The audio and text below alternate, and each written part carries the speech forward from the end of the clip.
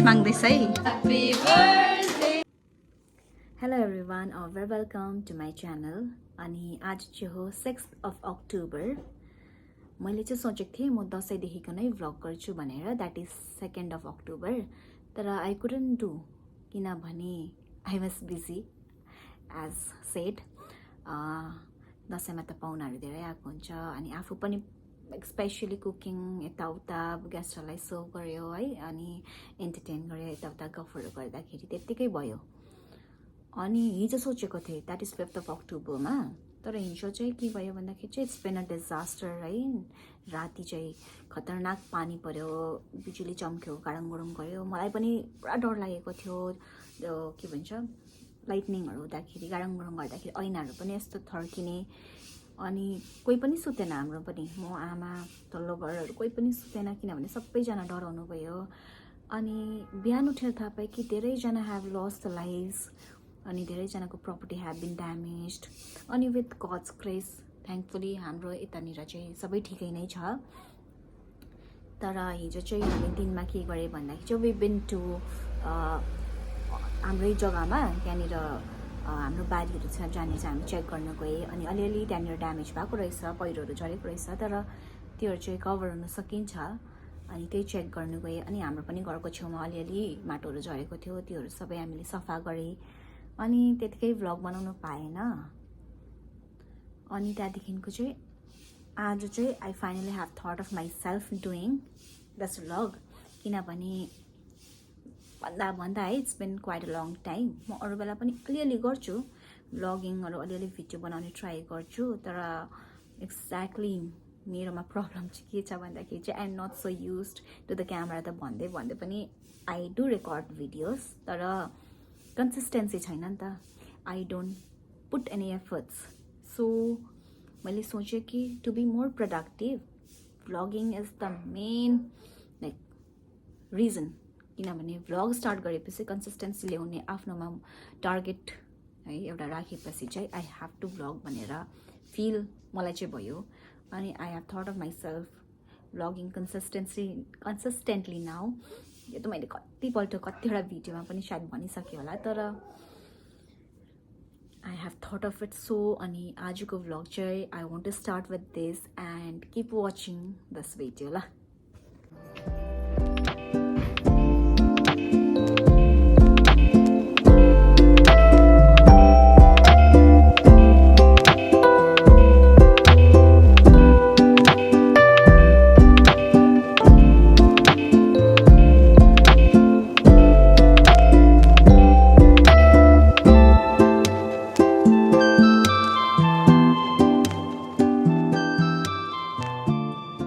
So guys अहिले चाहिँ म योगा गरेर छेसम्म ढोक गरेर पनि पानी पिउँदैछु फाइनली किचनमा पनि आइसकेको छु अनि यहाँ हुनुहुन्छ ब्याकमा आमाको लागि ब्रेकफास्ट रेडी अब से हेलो आमा हेलो गुड मर्निङ स्वागत छ हाम्रो छोरीको भ्लगमा अनि अब चाहिँ म ब्रेकफास्ट लिनु पनि आएको अनि साथै पानी पनि पिइहाल्छु ल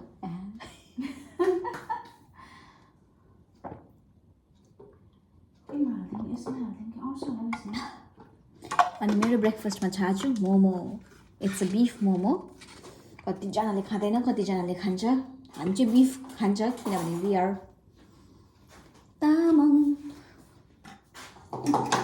अनि हिजो चाहिँ एक्चुअली बिफ मोमो चाहिँ किन छ भन्दाखेरि चाहिँ I gave a momo party to my बच्चा पार्टी अरे हाम्रो वरिपरिको नानीहरूलाई चाहिँ मैले मोमो पार्टी दिएको थिएँ अनि अलिकति चाहिँ रहेको छ अनि I will be eating that as a breakfast अनि हाम्रो अनि यहाँ चाहिँ छ के औ मिसो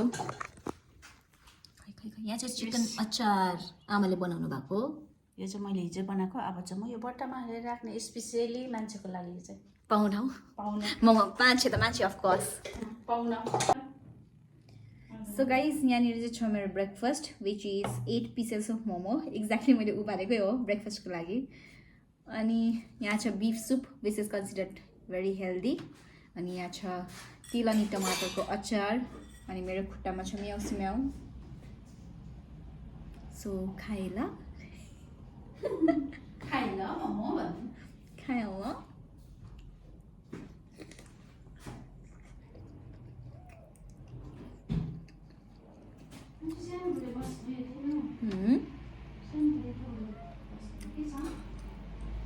प्याज साथीहरू जाम भइसकिसक्यो मोमो चाहिँ। अब चाहिँ म डिरेक्टली तपाईँलाई भेट्छु मेरो काका काकी आसु आगोको घरमा। उहाँहरूले चाहिँ हामीलाई म अनि आमालाई लन्चमा इन्भाइट गर्नुभएको छ। अब जाँदैछु हाम्रो आगो आसुको घर। अनि यहाँ हुनुहुन्छ हाम्रो आमा। अनि वेदर चाहिँ मजाको भयो है गाइस। सो गाइस यहाँ देख्न सक्नुहुन्छ प्लान्ट हाम्रो आसु आगोको घरमा। पुरा प्लान्टको खेती गर्नुभएको रहेछ। गार्डनिङ गर्नुभएको रहेछ। अनि यहाँ देख्न सक्नुहुन्छ गाइज, यहाँ चाहिँ ट्याङ्की, पानीको ट्याङ्की एकदमै मैला भइरहेको छ। अनि पानी ठुलो परेको कारणले सुकाएको पनि रहेछ। नर्मल त यो फुल हुन्छ है। मेरो वेदर देख्न सक्नुहुन्छ कस्तो मजाको घाम लागिरहेको छ। के भएको होला यस्तो रातभरि पानी पर्नु अरे, दिउँसो चाहिँ मजाको घाम लाग्नु अरे। अनि यहाँ हुनुहुन्छ आमा आसु। आसु सेलो। आसुले चाहिँ यहाँ चामल धुनु हुँदै रहेछ। अनि यहाँ हुनुहुन्छ हाम्रो आमा। गफ गर्दै बसिरहेछौँ। दिन पनि तातो तातो छ।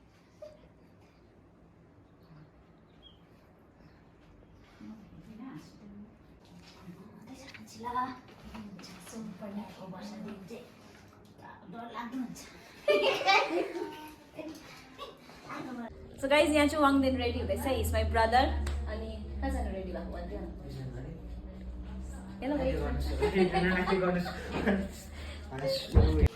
गाइज यहाँ चाहिँ छ मेरो भाइ।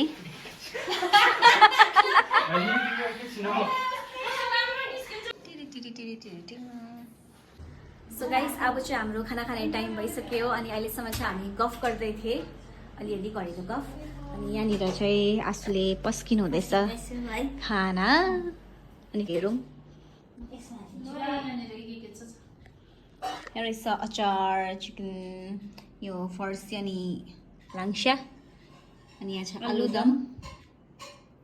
आमा आसुहरू चाहिँ गफमा खै मस्तै हुनुहुन्छ। अनि म चाहिँ यहाँ बसिरहेको छु बेडमा, किनभने मलाई चाहिँ निन्दा लाग्दैछ। हामीले कहिले खाना पनि खाइसकेको। अन्त बसिरहेको छु यतिकै। अब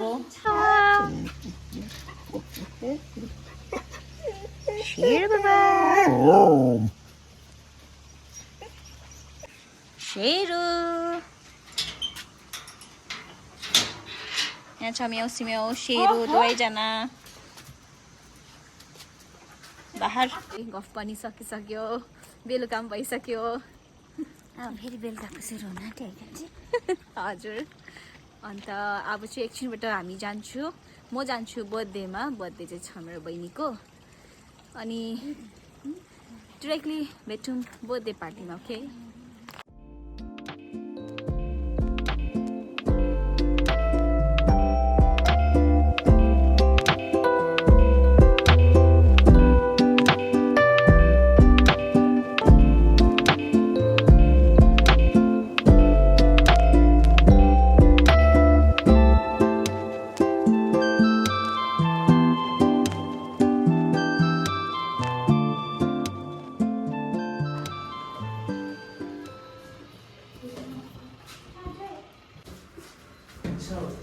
Mama.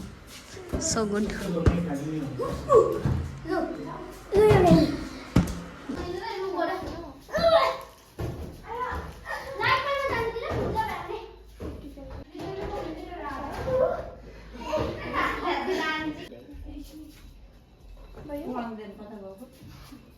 यहाँनिर चाहिँ बर्थडे गर्दैछ रेडी। सो गाइस म चाहिँ छु अहिले यहाँ बर्थडेमा। अनि बर्थडेको डेकोरेसन चाहिँ अलरेडी भइसकेको छ। And we did this decoration. अनि अब छ यहाँ म देखाउँदैछु birthday girl. Birthday girl say hello.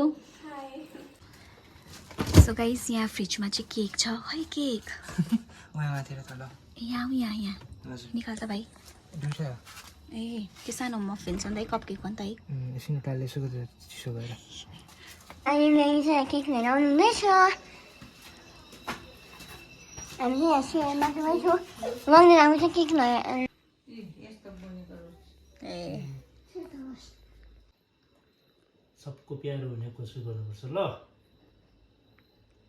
अन्त गाइस हामी चाहिँ यहाँ आनी आसेङकोमा टिका लगाउँदैछु अनि बर्थडेको केक काट्नु सबै रेडी छ अनि बर्थडेको केक काट्नु जस्ट अगाडि चाहिँ हामीले टिका गाइस सबै फोटोहरू पनि खिचिसक्यो है अनि अब चाहिँ छोटो केक काट्नुको यहाँ चाहिँ रेडी छ सबैजना अनि we are celebrating the birthday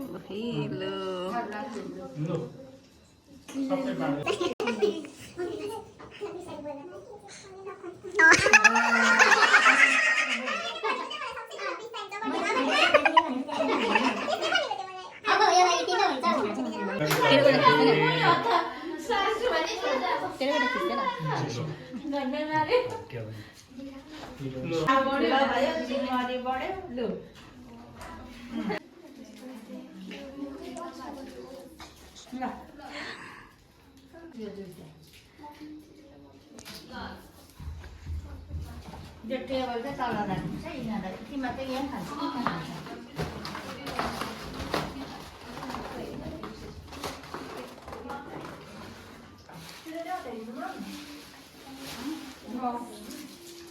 यहाँनिर चाहिँ हाम्रो सब बोधेको यता हेर सेलो सुनेन अलिक चोटले सानो यहाँ चाहिँ अनबक्स गर्नु हतार परेछ सो गाइस हामीले खाना पनि खाइसके अनि बर्थडे पनि सकिसक्यो अनि अब 10 PM रात परिसक्यो है so with this I end my vlog here and thank you so much for watching and here is the birthday girl bye bye हुन्छ बाई बाई